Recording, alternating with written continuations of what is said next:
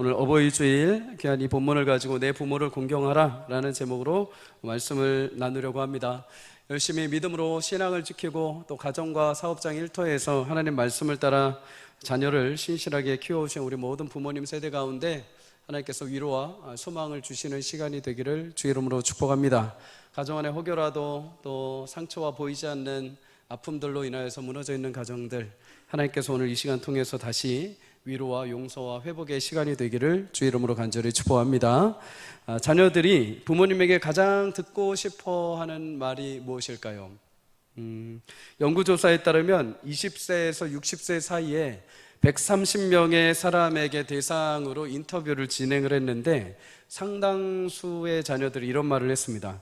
듣고 싶은 말보다 부모님이 자신들에게 질문을 해줬으면 좋겠다라는 답변이 많이 왔습니다. 부모님이 성장한 자녀들을 두고 어떤 말을 해야 할지 그냥 몰라서 고민하고 무뚝뚝하게 있는 것보다 지금 내 자녀가 어떤 고민과 어떤 생각과 어떤 마음으로 살아가고 있는지를 물어봐 주기를 바라는 거죠. 너의 성장 과정에 좋았던 것, 또 힘들었던 건 무엇이니? 또 요즘 가장 네 고민은 무엇이고 무엇이 너를 힘들게 하니? 라는 질문 물어봐 주는 겁니다. 물론 그렇게 해서 꼭 정확한 답을 주라는 것은 아닙니다. 그렇게 묻고 이야기를 들어주고 공감하고 격려함으로 그 자녀들은 이제 자신이 부모에게 성인된 존재이며 존중받는 자라는 것을 인식하게 되는 거죠.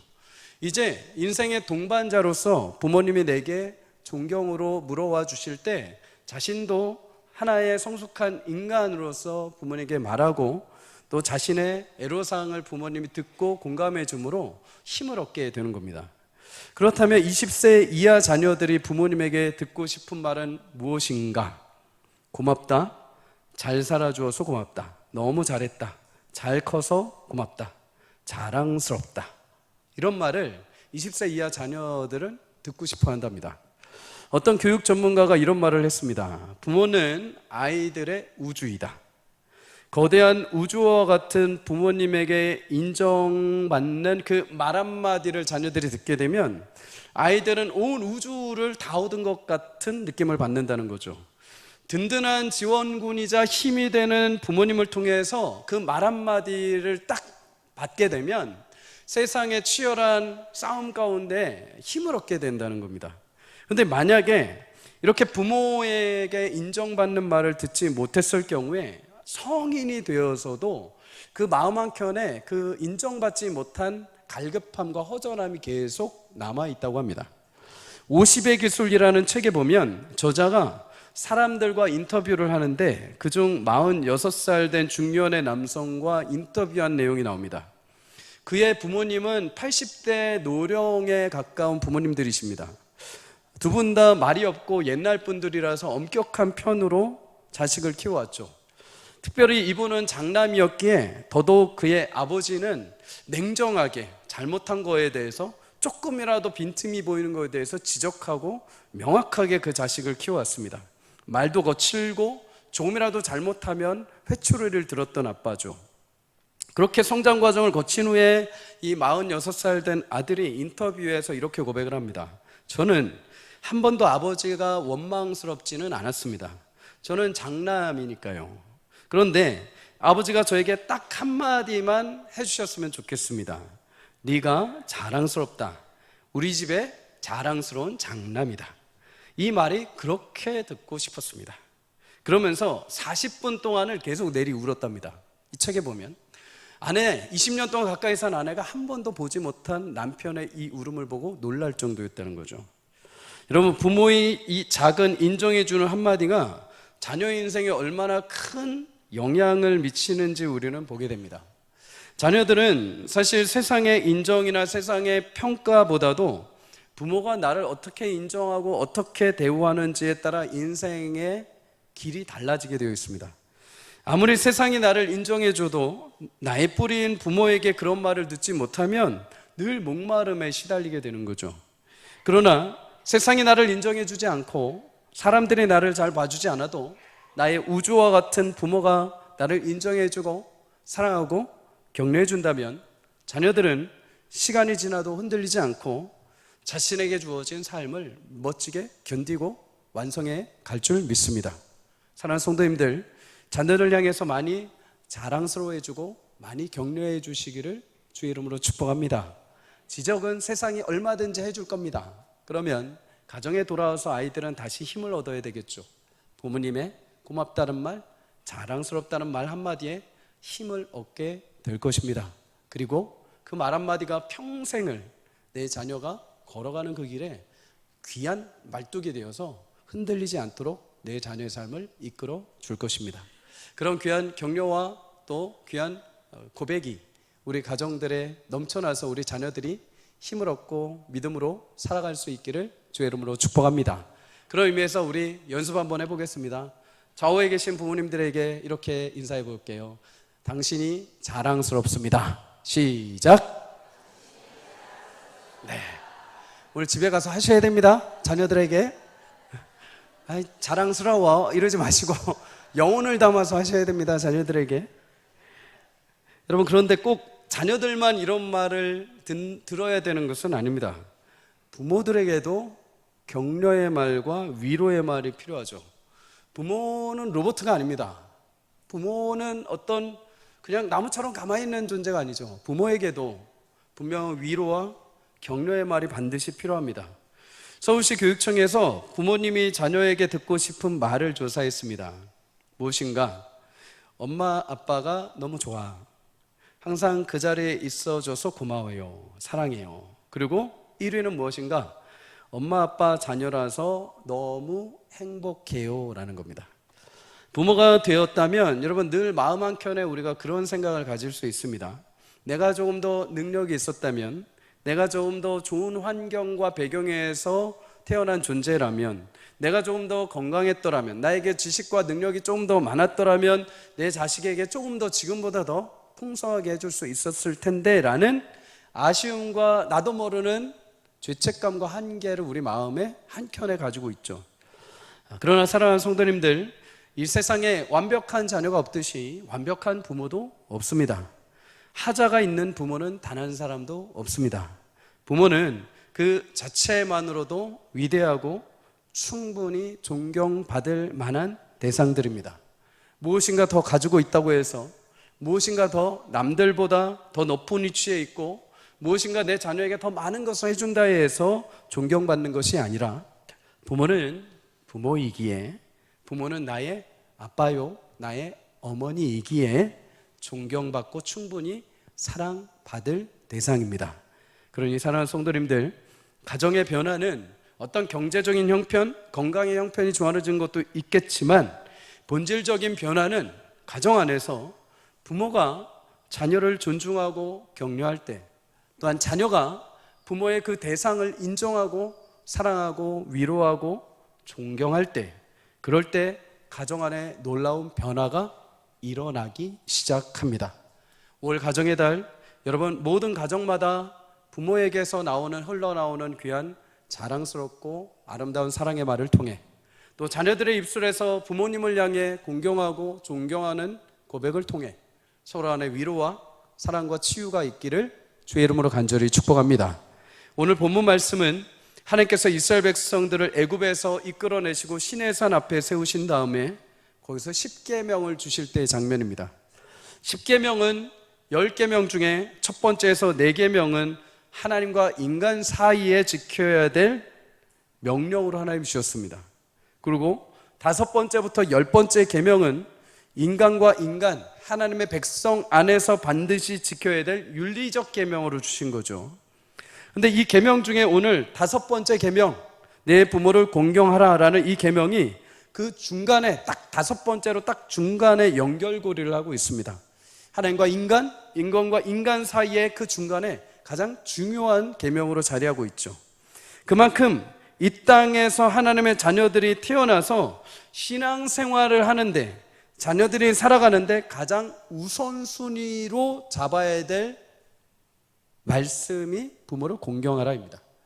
다른 6번째부터 10번째까지 인간적인 윤리적인 하나님의 명령이 있는데, 그것보다도 가장 우선순위에 두셨다는 것, 다른 어떤 것보다도 너희는 이것을 먼저 기초로 시행을 해야 된다는 겁니다. 다른 것 다 해도 이것을 안 하면은 안 된다는 거죠.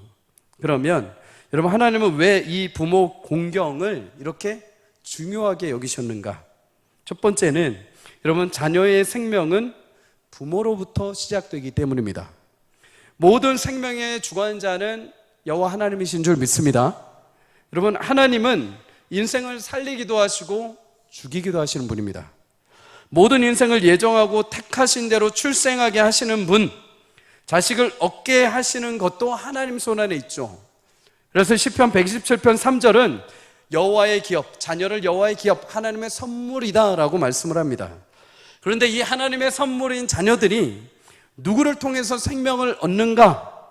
부모님을 통해서 그 생명을 얻게 됩니다. 부모가 존재하였기에 지금 나의 생명이 존재할 수 있고, 부모가 나를 낳아줬기에 내가 먹고 살고 비전을 품고 살고 꿈을 이룰 수 있는 것이죠. 성경에 보면 여러분, 종종 족보라는 것을 보게 될 겁니다. 구약에, 신약에 종종 읽다 보시면 족보와 마주하게 됩니다. 누가 누구를 낳고 누가 누구를 낳고 누가 누구를 낳고 계속 끊임없이 족보가 이어지죠. 그러다 보면은 이거 읽다 보면 여러분 막 주무시는 분들도 계셔요. 그런데 이 족보를 왜 성경에 굳이 담아 놓았는가? 여러분, 족보를 대면할 때 우리가 기억해야 할 것이 있습니다. 그 족보가 그냥 여러분 잠들라고 그렇게 놓은 것이 아니라 하나님이 아브라함 때부터, 아니 다윗의 때부터 약속하신 구원자 예수님이 어떻게 그 혈통을 통해서 계속 이어져 오게 하셨는지, 어떻게 인간의 가문을 통해서 계속 이 땅 가운데 하나님께서 이루어 가고 계시는지를 족보를 통해서 보여주고 계시는 겁니다. 구약에서, 구약 중간에서 선지자를 통해서, 열왕기를 통해서, 신명기를, 신약을 통해서 계속해서 중간중간마다 하나님의 족보를 알려주시고 대를 이어가시는 것을 보여주신 것은 이런저런 상황이 있음에도 불구하고 하나님의 약속이 대를 이어서 끊어지지 않고 있다는 겁니다. 계속 이어가고 계신다는 거죠. 또 한 가지, 연약한 인생들이지만은 하나님이 약속하신 예수님이 계속 이어서 그 출생을 이어서 마침내 예수님이 태어나게 하신다는 겁니다. 여러분, 유다의 족속으로 태어나시는 예수님, 그런데 유다의 왕들이, 여러분 남유다의 왕들이 어떻게 했습니까? 하나님을 끊임없이 배도했습니다. 하나님을 끊임없이 외면하고 돌아섰습니다. 그런데 그 왕들이 죽고 왕들이 죽고 왕이 태어나고 왕들이 죽고 왕들이 태어나며 여러분 끊임없이 배도하는 그 과정 가운데도 하나님께서 계속 대를 이어주십니다. 계속 이어서 마지막에 예수님이 태어나실 것을 약속으로 완성해 주셨죠. 여러분, 우리가 부모님을 알고 나의 뿌리를 중요하게 여기는 것은 하나님의 약속이 나의 세대 전전부터 해가지고 계속해서 그 약속이 흘러서 지금 나의 부모를 통해서 그리고 나에게까지 전해져 온 것입니다. 부모를 통해서 하나님은 우리에게 1차적인 육체적인 생명을 허락해 주셨죠. 그리고 부모를 통해서 우리에게 2차적인 구원의 생명까지도 허락해 주셨습니다. 이 약속은 믿는 부모님에게 태어난 사람들은 다 알고 있습니다. 내가 모태신앙으로 태어나서 하나님 내가 알지도 않았는데 부모님을 통해서 하나님을 알게 하시고, 부모를 통해서 하나님이란 분이 어떤 존재인지 예수님을 알게 하시고, 내가 여러 가지 우여곡절이 있었지만은 청년이 되고 어른이 되어서 내 인격이 자라서 내 신앙 안에서 스스로가 하나님을 나의 구주로 고백했을 때 이제 하나님이 내 아버지 하나님만이 아니요 나의 하나님인 것을 고백하며 내 안에 자연스럽게 두 번째 영원한 생명의 구원의 은혜를 부모님을 통해서 믿고 받게 하신 것이죠. 물론 여러분, 믿지 않는 부모님 아래 태어났다 하여서 낙심하거나 좌절할 필요도 없습니다. 2차적인 구원의 생명은 얼마든지 하나님이 다른 방법을 통해서도 우리를 부르시고 우리를 구원하시는 줄 믿습니다. 그래서 이 자리에 부모님 믿지 않지만 나는 하나님이 부르셔서 이 자리에 앉게 하신 하나님의 자녀들도 있습니다. 오히려 거꾸로 여러분을 통해서 믿지 않는 부모님에게 구원의 생명의 은혜가 흘러가는 줄 믿습니다. 그 구원의 문이 부모님들에게도 반드시 열리고 구원의 생명이 그 가정에 임할 줄 믿습니다. 그래서 무조건적으로 1차적인 생명, 육체적인 생명을 얻는 것이 우리에게 중요하죠. 이런 의미에서 보자면 육신의 부모를 통해서 하나님이 내게 육체적인 생명을 허락해 주신 것은 큰 은혜이고 감사입니다. 여러분, 또한 육신의 부모는 그렇게 자식의 생명을 얻기 위해서 얼마나 많은 노력을 합니까? 영적으로 보면 하나님이 분명히 베풀어 주신 선물입니다. 생명입니다. 그런데 그 육신의 부모는 자녀를 얻기 위해서 수없이 고민하고 수없이 기도하고 하나님 앞에 몸부림치죠. 아브라함은 자녀가 없이 하나님 앞에 간절히 구합니다. 사라와 함께. 근데 여러분, 그 기도의 응답이 하나님께서 100세 때 주시죠. 100세 때 모든 총기가 끝나고 모든 인간적인 방법이 끝났을 때 하나님의 영광으로 그의 가정에 이삭이라는 자녀를 주십니다. 한나도 마찬가지죠. 한나도 자신이 첫 번째 아내이고 사랑받는 아내이지만 두 번째 분인나 아내가 자신의 자식을 낳고 자식을 먼저 낳았다는 이유로 내가 자식이 없으므로 비난하고 힐난할 때 얼마나 큰 상처를 받습니까? 그때 하나님께서 구하고 찾은 한나에게 긍휼을 베푸셔서 그의 기도를 들으시고 응답하셔서 여러분 사무엘이란 자녀를 그에게 허락해 주십니다. 지금 이 시대도 마찬가지죠. 많은 젊은 부부들 가운데 정말 자녀를 원하지만 육체적인 제한 때문에 시험관으로 인공수정으로 얼마나 애쓰고 힘겹게 하나님의 선물을 받기를 원합니까? 그렇게 해서 얻게 된 생명은 너무도 귀한 것이죠. 그래서 하나님은 우리에게 육체적인 생명의 시작이요 그 생명의 문을 열어준 부모를 공경하라는 것입니다. 사랑하는 성도님들, 여러분의 태어남과 여러분의 시작이 우리 부모님들 통해서 하나님께서 선물로 주신 줄 믿습니다. 그 부모님께 감사하고 그 귀한 고마움을 전할 수 있기를 주 이름으로 축복합니다. 두 번째는 하나님이 부모 공경을 우리에게 명령하신 이유, 인생의 모든 관계의 시작이 부모로부터 시작되었기 때문입니다. 여러분, 딱 태어나서 처음에 응애, 김 사장님 반갑습니다 하는 아이는 없습니다. 모두가 태어나자마자 울부짖고 떼를 쓰고 하면서 가장 먼저 배우는 단어는 엄마 아빠입니다. 그리고 이것저것부터 시작을 합니다. 다른 관계는 여러분 내 이익이나 나의 목적이 끝나면 끊어지게 되어 있습니다. 좋다가도 금방 헤어질 수 있습니다. 다른 사람과 관계를 하다가도 내가 싫어지면 그 관계가 끊어지게 되죠. 그런데 여러분, 이 세상에서 유일하게 끊어질 수 없는 관계가 있는데 가장 먼저는 하나님과 나와의 관계입니다. 하나님의 영광스러운 예수님을 통해서 나와 관계를 맺으신 그 관계는 내가 끊고 싶다고 해서 끊어질 수가 없죠. 그 어떤 세상의 것으로도 하나님과 나와 맺어진 그 관계, 하나님의 영원한 사랑을 끊을 수 있는 것은 단 하나도 없습니다. 두 번째로 하나님과 나와의 관계뿐만 아니라 또 하나 끊어질 수 없는 관계가 있는데 그것은 바로 부모와 자식과의 관계입니다. 어린 시절을 지내고 대학생이 되고 취업을 하고 시집 장가를 가고 아이를 낳고 병약한 상황에 있을지라도 그 관계는 결코 끊어질 수가 없습니다. 왜요? 여러분, 부모와 자식의 관계는 서로 의기투합해서 서로 죄악을 맺어서 서로 선택을 해서 맺은 관계가 아니라 하나님이 약속하시고 허락하신 맺어주신 관계이기 때문입니다. 여러분, 그래서 부모도 자녀를 향해서 하나님이 내게 베풀어 주신 선물이라고 확신해야 합니다. 자녀도 하나님이 나에게 합당한 부모를 만나게 하셨다는 확신을 가질 때 그래야 참된 공경, 참된 존경 시작되게 됩니다. 부모를 부정하고 부모를 원망하는 것은 하나님이 맺으신 섭리와 계획을 부정하는 것이죠. 신학자 루터는 부모는 하나님의 대리자이다라고 말할 정도입니다. 눈에 보이지 않는 하나님, 영이신 하나님을 어떻게 경외할 수 있는가? 그것은 눈앞에 하나님이 대리자로 보내신 부모님을 공경하는 것으로 알 수 있다는 겁니다. 하나님을 존경한다고 하면서 내 눈앞에 있는 하나님이 맺어주신 부모님을 공경하지 않는다는 것은 말이 안 맞는다는 거죠. 여러분, 구약성경에 공경하다라는 이 말이 딱 4번 사용이 됩니다. 오늘 본문에 나오는 단어. 근데 2번은 하나님을 경외할 때 사용이 됩니다. 나머지 2번은 부모님을 공경하라 할 때 사용이 됩니다. 하나님께서 부모를 공경하는 것, 나를 경외하는 것처럼 부모를 공경할 때 너희가 나를 참으로 경외하는 것을 내가 알겠다는 것입니다. 사랑하는 성도님들, 하나님께서 우리 가운데 맺어주신 부모와 자녀의 끈, 그것은 어느 누구의 실수나 어느 누구의 의기투합도 아니오 하나님이 약정하시고 가장 합당하게 맺어주신 관계인 줄 믿습니다. 그러니 내 부모를 존경하고 사랑하고 믿음으로 아름답게 부모님을 품어줄 때 여러분, 놀라운 주님의 역사와 은혜를 맺게 될 줄 믿습니다. 오늘 여기서 한 가지 더 나아가서 여러분, 오늘 12절에 하나님은 자녀들에게 내 부모를 공경하라라고 말씀을 하죠. 그런데 그 앞에 어떤 수식어도 붙지 않습니다. 가장 잘 나가는 내 부모를 공경해라.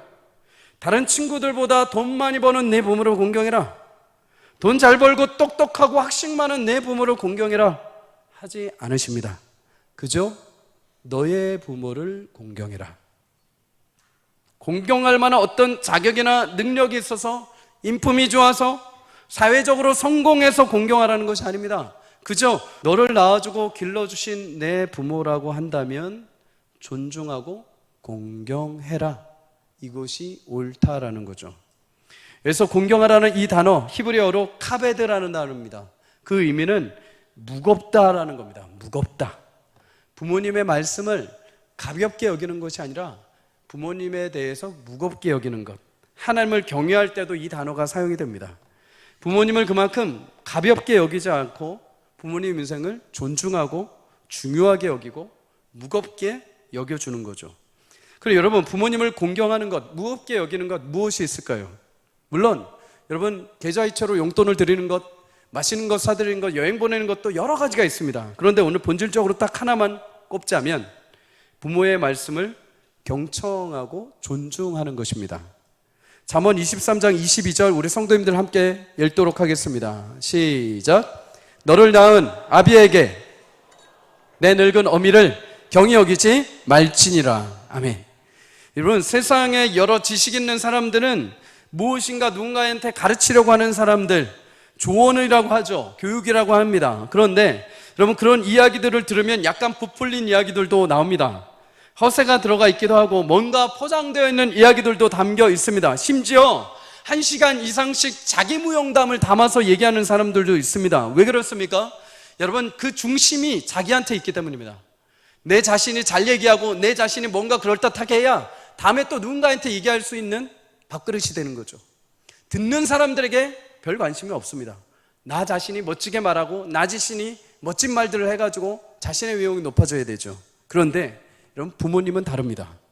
부모는 정말 남들에게 말하지 않고 남들이 알지 못하는 자기만 가지고 있는 가장 중요한 엑기스를 내 자식에게 말해줍니다. 거품없고 진정으로 내 자녀가 알았으면 하는 것. 나는 이렇게 인생을 뺑뺑뺑 돌아왔지만 내 자식만큼은 돌아오지 않기를. 나는 이렇게 신앙에서 방황하고 하나님을 외면하고 살아왔지만 내 자식만큼은 나중에 늙어서 하나님이 참된 분이었구나라는 것을 그때서야 깨닫지 않고 지금 깨닫기를 바라며 그 모든 엑기스를 담아서 중요한 말들을 해주는 거죠. 그래서 부모가 하는 말을 귀하게 경청하고 무겁게 존중해야 됩니다. 물론 부모의 말을 듣고 그것을 최종적으로 결정하고 선택하는 것은 장성한 자녀의 몫입니다. 하지만 내 뜻과 내 생각이 다르다 하여서 부모가 하는 그 말을 부정하거나 무시해서는 안 됩니다. 여러분, 그 말에는 부모님이 한평생 살아온 인생이 담겨 있기 때문입니다. 그 말 한마디에는 자신이 살아온 평생의 엑기스가 담겨 있기 때문입니다. 결국 부모님의 말씀을 경청하고 존중하는 것은 부모가 살아온 인생을 존중해 주는 것입니다. 여러분, 때로는 사기도 당하고 사업이 망하고 실패하는 그 속에서도 가정을 지키려고 했던 많은 노력들, 몇 평 남지 않는 사업장에서 밤새 가면서 일하면서 어떻게 해서든 살아보고자 발버둥 쳤던 그 많은 시간들, 직장에서 이런저런 일 때문에 억울한 일이 수없이도 많고 하루에도 수없이 사표를 던지고 싶은 그 마음에도 가족과 자녀를 위해서 이를 악물고 참고 살아왔던 그 수많은 시간들, 나의 건강보다도 내 자녀와 나의 가정의 건강을 위해서 자신의 건강을 뒤로하고 수없이 땀 흘리고 내 몸을 던졌던 그 수많은 시간들, 내 자식의 앞날의 미래를 포기하지 않고 믿음의 본을 보이기 위해서 새벽마다 무릎으로 나가고 끊임없이 말씀 읽고 하나님 앞에 내 삶을 드렸던 그 모든 삶들을 여러분 들어드릴 때 존중하게 되는 것입니다. 설사 실수가 있고 연약함이 있었다 하더라도 그것을 듣고 감춰드리고 인정해 드리는 것, 그것이 부모를 향한 최초의 공경입니다. 사랑하는 성도님들, 부모님이 무엇을 말씀하실 때 지금의 신세대의 말과 조금 다르다 하여서 그 말을 자르거나 부모님은 무시하지 말고 그것을 다 들어보십시오. 그럴 때 나중에 지나고 나면 부모님의 말이 왜 그런지 나중에 알게 되더라고요. 어떤 사람이 그런 말을 합니다. 인생에 철이 드니까 부모님의 뒷모습이 보이기 시작했다. 그 전까지는 내 혈기, 내 자존심이 있어서 아직 안 보인다는 겁니다. 근데 어느 순간 부모님이 이때 어떻게 하셨을까? 아버지, 어머님이 어떻게 살아오셨을까 하면서 그 뒷모습을 보기 시작을 하는 거죠. 그때서부터 철이 드는 겁니다. 그때서부터 듣기 시작을 하는 거죠. 여러분, 부모님들 가끔씩 이렇게 식사 대접할 때 어머니가 내 맘대로 내 취향대로 옷을 입고 나왔다고 해서 여러분 막 뭐라 하지 마십시오. 엄마 왜 또 입어? 하지 마십시오. 어머니 취향입니다. 그냥 입고 나오신 대로 이쁘다고 해드립시오. 저도 종종 그럽니다. 어머니가 자꾸만 옛날에 그 다 늘어진 목티 입고 나오실 때가 있습니다. 그거 언제 티냐? 제가 옛날에 청년 때 단기 선교 갈 때 맞췄던 청년부에서 맞췄던 단기 선교티입니다. 그걸 집에 가지고 저도 안 입으니까 엄마 버리지 않고 고이고이 차두고 자기가 입는 겁니다. 그거 가지고 제가 막 뭐라 합니다. 근데 엄마는 그게 좋은 겁니다. 왜요? 아들의 흔적이 있기 때문에. 아들이 귀하게 하나님 나라 일을 위해서 그거 맞춘 거이기 때문에 나는 그냥 몇 천 원짜리 티로 생각할지 모르지만 부모님에게 그건 자식과 같은 겁니다. 자식이 하나님을 위해서 먼 나라 가서 최선을 다하고 돌아온 그 티 하나도 못 버리는 겁니다. 다 늘어지고 다 후줄그레해져도 그거 입는 겁니다. 그게 좋은 겁니다. 인정해 드리는 거죠. 그의 삶을 무겁게 받아들이는 것입니다. 사랑하는 성도님들, 큰 거 아닙니다. 그의 말을 들어드릴 때 그의 삶이 여러분 안에서 놀랍게 꼽히는 역사가 있게 될 줄 믿습니다. 오늘 12절에 나온 부모를 공경하라, 이 말은 그 뒤에 살인하지 말라, 간음하지 말라, 도둑질하지 말라, 이웃에 대해 증거하지 말라, 탐내지 말라, 이 나머지 계명들과 분명히 한 가지 차이점이 있습니다. 그게 뭐냐? 여러분, 이 나머지 계명들은 내가 살아있는 동안에는 할 수 있습니다. 나 혼자 있는 동안에 충분히 할 수 있습니다. 내가 살인하지 않고, 내가 사기치지 않고, 내가 미워하지 않고, 내가 탐내지 않을 수 있습니다. 그런데 부모를 공경하라, 이 말은 나 혼자서 할 수 있는 게 아닙니다. 이거는 부모님이 계셔야 합니다. 나머지는 내가 스스로 할 수 있지만 이 부모님을 공경하라는 이 말은 시간이 제한되어 있다는 겁니다. 부모님을 공경할 수 있는 시간 제한적이고 부모님이 계시는 동안에만 가능하다는 것입니다. 시한부적이라는 것이죠. 그 시간이 끝나기 전에 부모님에게 할 수 있는 공경을 해야 한다는 것이죠. 사랑하는 성도님들, 우리 부모님들에게 귀한 공경과 그 삶을 인정해 드리는 말들 존중해 드리고, 어머니 참 그거 좋습니다, 아버지 그 말씀 참 귀하네요, 그 한마디가 다 죽어가던 부모님들의 심령을 살리고, 내가 이렇게 살아온 게 너무나 헛되다, 내 자녀들을 위해서 내가 살아온 인생이지만 뭔가 공허하다 라는 그 공허함 속에 그 인정해드리는 그 말 한마디가 다시 그 삶을 생기 있게 하고 살아갈 다시 의욕이 나타나게 하고 모든 인생을 허무와 후회가 아니라 보람과 영광으로 꽃입혀지게 될 것입니다. 성도님들, 그러니 부모님들에게 많이 인정해 드리시고 그 말씀 하나를 무겁게 받아주시고 존중해 드리는 은혜가 있기를 주의 이름으로 축복합니다. 이렇게 하나님이 허락하신 부모님을 공경하는 자녀들에게 약속하신 복이 있죠. 12절 하반절에 그리하면 내 하나님 여호와가 내게 준 땅에서 내 생명이 길리라. 물론 여러분, 요즘 같은 100세 시대는 장수 곧 생명의 길다라는 이 큰 뜻이 우리 가운데 크게 다가오지 않을 것처럼 느껴집니다. 하지만 십계명이 선포되던 그 당시 땅이 없고 미래가 불투명하던 이스라엘 백성들에게는 이거 굉장히 큰 축복이죠. 하나님께서 약속하신 부모님을 공경해라, 그러면 너희가 앞으로 가게 될 그 가나안 땅에서 쫓겨나지도 않고 그 땅에서 너희가 대대의 손손 나와 함께 영원한 약속을 누리게 될 것이다. 이 시대로 적용을 해보자면 하나님이 내게 허락하신 땅, 내가 지금 서 있는 곳, 내가 서 있는 사업장, 나의 가정, 나의 학업, 나의 인생의 길 가운데 하나님이 함께 하셔서 하나님이 나를 향해 예비하신 하나님의 뜻을 이루어 가신다는 것입니다. 내 인생 가운데 목적하신 하나님의 뜻이 이루어지는 것, 그 우리를 말로 형통이라고 말하죠. 부모님을 공경하고 부모님에게 합당하게 일을 하는 모든 자녀들에게 하나님이 임하셔서 그의 삶에 형통의 은혜를 주실 줄 믿습니다. 모든 인생의 행복의 시작은 여러분 가정에서부터 시작이 되죠. 부부의 관계, 부모와 자식의 관계, 여기서부터 참된 행복이 시작됩니다. 아무리 직장에서, 사업장에서, 내가 학교에서 좋은 결과를 얻고 좋은 성적을 거두어도 가정이 불화하고 서로 존중하지 못하고 상처가 있는 것만큼 힘들고 어려운 일은 없습니다. 하지만 외적으로 조금 부족하고 경제적으로 좀 어렵고 먹을 것이 조금 부족하고 수입이 조금 적어도 가정 안에 하나님이 주신 약속의 말씀을 따라 부모가 자녀를 존중하고 자랑스럽게 여기고 지혜의 말씀으로 훈계하고 자녀가 부모님을 존경하고 공경하고 그 말씀을 무겁게 받고 사랑할 때 여러분 그 가정은 참된 하나님이 주신 행복과 복을 누리게 될 것입니다. 그래서 잠언 17장 1절은 이렇게 말씀하죠. 우리 함께 읽도록 하겠습니다. 시작. 마른 떡 한 조각만 있고도 화목하는 것이 제육의 집에 가득하고도 다투는 것보다 나으니라. 아멘. 여러분, 허락한 땅에서 하나님의 생명이 길다라는 것은 하나님이 허락하신 형통, 그 땅에 그 인생 가운데 하나님이 허락하신 평안, 샬롬의 은혜가 임한다는 것입니다.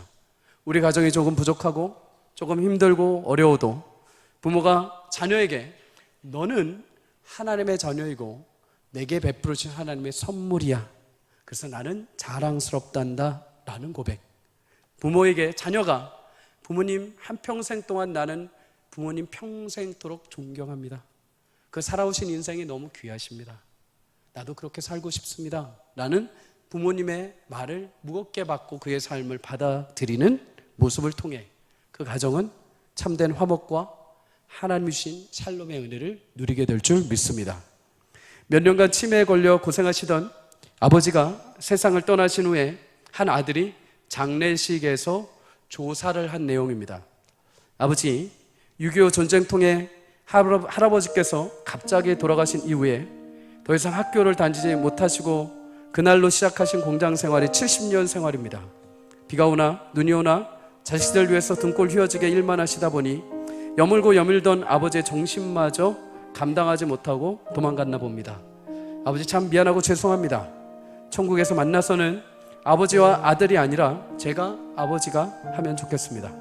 제가 당신 뒤에서 따라다니면서 고생했다, 애썼다, 그만하면 됐다, 참 잘했다, 그만 좀 쉬어라 칭찬해 드리도록 하겠습니다. 천국에서 뵙겠습니다. 여러분, 부모는 그런 것 같습니다.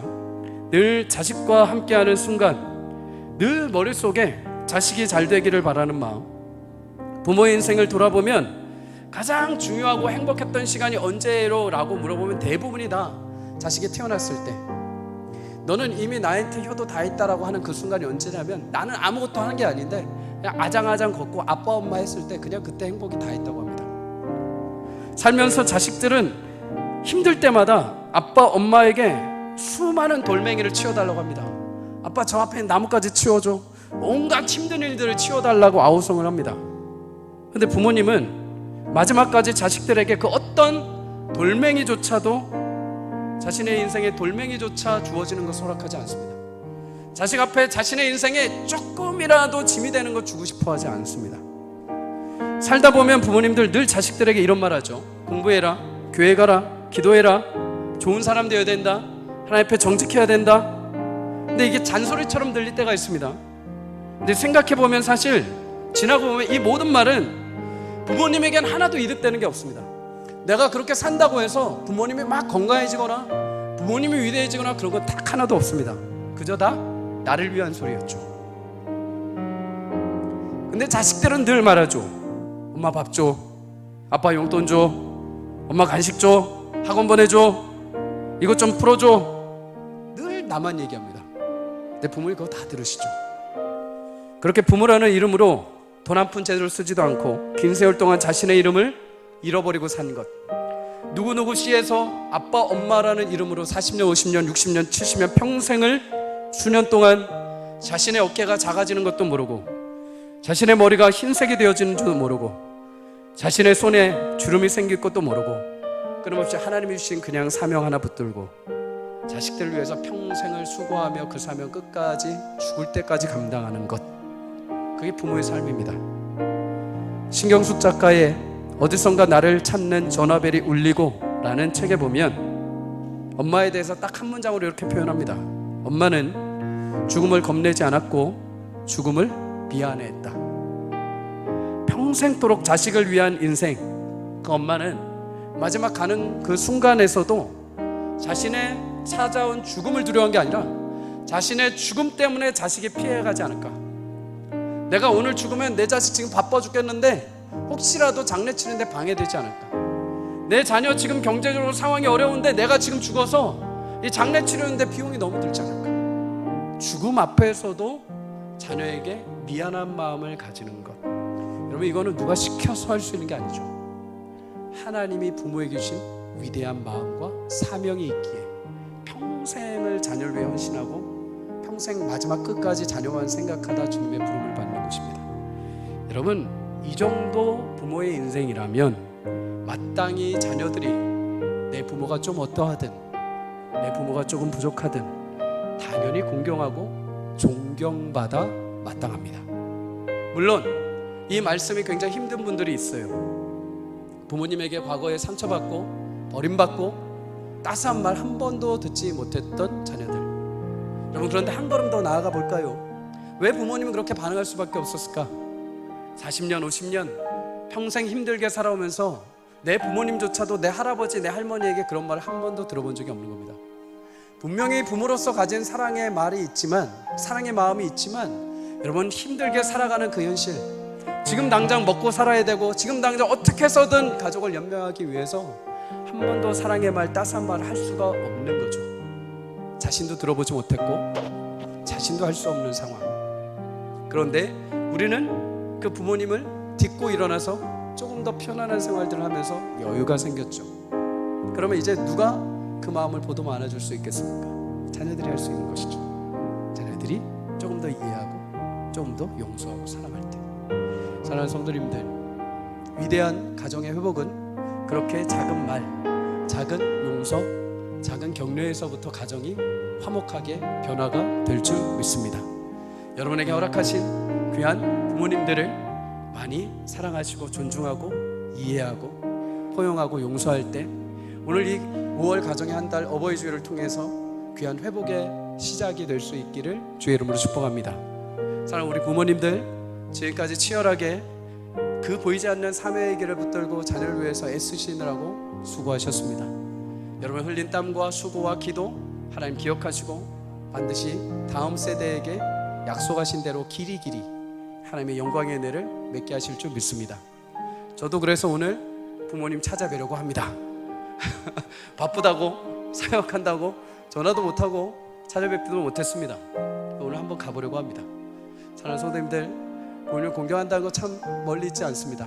가서 인정해드리고 존경하고 응원해드릴 때 그것이 하나님 나라요 영광스러운 열매를 맺는 가정이 될 줄 믿습니다.